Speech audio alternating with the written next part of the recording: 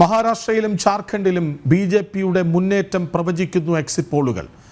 195 സീറ്റുകൾ വരെ പറയുന്നുണ്ട് മഹാരാഷ്ട്രയിൽ എൻ.ഡി.എ സഖ്യം നേടുമെന്ന് പീപ്പിൾസ് പൾസ്. 42 മുതൽ 47 വരെ സീറ്റുകൾ ജാർഖണ്ഡിൽ ബി.ജെ.പി സഖ്യം നേടുമെന്ന് എ.ബി.പി ന്യൂസ് പറയുന്നു. അതേ എ.ബി.പി തന്നെ 130 മുതൽ 150 വരെ സീറ്റുകൾ എൻ.ഡി.എ സഖ്യം ബി.ജെ.പി സഖ്യം നേടുമെന്ന് പറയുന്നു. ബി.ജെ.പി സഖ്യത്തിന് 154 സീറ്റുകൾ കിട്ടുമെന്നാണ് ന്യൂസ് 18 എക്സിറ്റ് പോൾ പറയുന്നത്.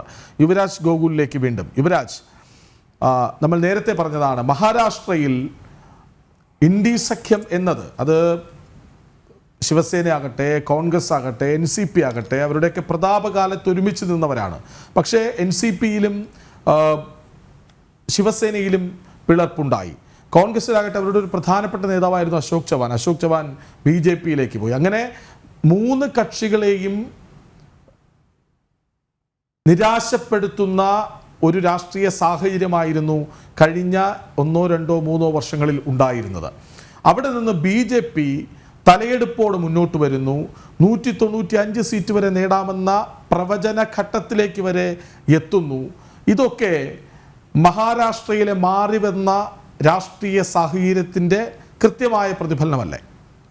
തീർച്ചയായിട്ടും. ഒന്നാമത്തെ കാര്യം എന്ന് പറഞ്ഞു കഴിഞ്ഞാൽ മഹാരാഷ്ട്രയിൽ ബി.ജെ.പിയെ സംബന്ധിച്ചിടത്തോളം ഒരു യുണൈറ്റഡ് ഫേസ് വളരെ കൃത്യമായിട്ട് പുട്ടപ്പ് ചെയ്യാൻ വേണ്ടിയിട്ട് സാധിച്ചിട്ടുണ്ട് എന്നുള്ളതാണ്. കാരണം കഴിഞ്ഞ ദിവസം ഏകനാഥ് ഷിൻഡെ പറയുന്നുണ്ടായിരുന്നു, ഞാൻ മുഖ്യമന്ത്രിയാകണമെന്ന് യാതൊരു നിർബന്ധവും എനിക്കില്ല, ഞാനല്ല മുഖ്യമന്ത്രി സ്ഥാനാർത്ഥിയെന്ന്. ദേവേന്ദ്ര ഫട്നാവിസും അത് തന്നെ ആവർത്തിക്കുന്നുണ്ടായിരുന്നു, ഞാനല്ല മുഖ്യമന്ത്രി സ്ഥാനാർത്ഥി എന്നുള്ള കാര്യം. അപ്പോൾ അവിടെ മുഖ്യമന്ത്രി ആകാൻ വേണ്ടിയിട്ടുള്ള ഒരു കിടപിടിയില്ല, മത്സരമില്ല, അനാവശ്യമായ കാലുവാരലുകളോ പുറകിൽ നിന്നുള്ള കുത്തലുകളോ ഇല്ല. ഒരുമിച്ച് ഒരു കുടുംബം പോലെ ഒരു യൂണിറ്റായിട്ട് ആ മുന്നണി മുന്നോട്ട് പോകാൻ വേണ്ടിയിട്ട് സാധിക്കുന്നു എന്നുള്ളത് തന്നെ ജനങ്ങളുടെ വിശ്വാസം ആർജിക്കുന്നതിന് വേണ്ടിയിട്ട് വലിയ കാരണമായിട്ടുണ്ട്. ഒന്ന്. രണ്ടാമത്തേതെന്ന് പറഞ്ഞു കഴിഞ്ഞാൽ ഞാൻ മനസ്സിലാക്കുന്നിടത്തോളം ഗ്രൗണ്ടിൽ നിന്ന് വരുന്ന റിപ്പോർട്ടുകൾ അനുസരിച്ച് ഹരിയാന പോലെ തന്നെ രാഷ്ട്രീയ സ്വയംസേവക സംഘം എന്ന് പറയുന്ന ഇന്ത്യയിലെ ഏറ്റവും വലിയ കേഡർ ഓർഗനൈസേഷൻ വളരെ കൃത്യമായിട്ട് ഗ്രാസ് റൂട്ടിൽ പലതരത്തിലുള്ള വർക്കുകളും ഇലക്ഷനുമായി ബന്ധപ്പെട്ടിട്ട് ചെയ്യുന്നുണ്ട് എന്നുള്ള തലത്തിലുള്ള റിപ്പോർട്ടുകളും അവിടെ നിന്ന് തന്നെ വരുന്നുണ്ട്. എനിക്കറിയില്ല അതിനെക്കുറിച്ചിട്ട്, ഞാൻ ചില പത്രവാർത്തകളിൽ ഞാൻ കണ്ടതാണ്.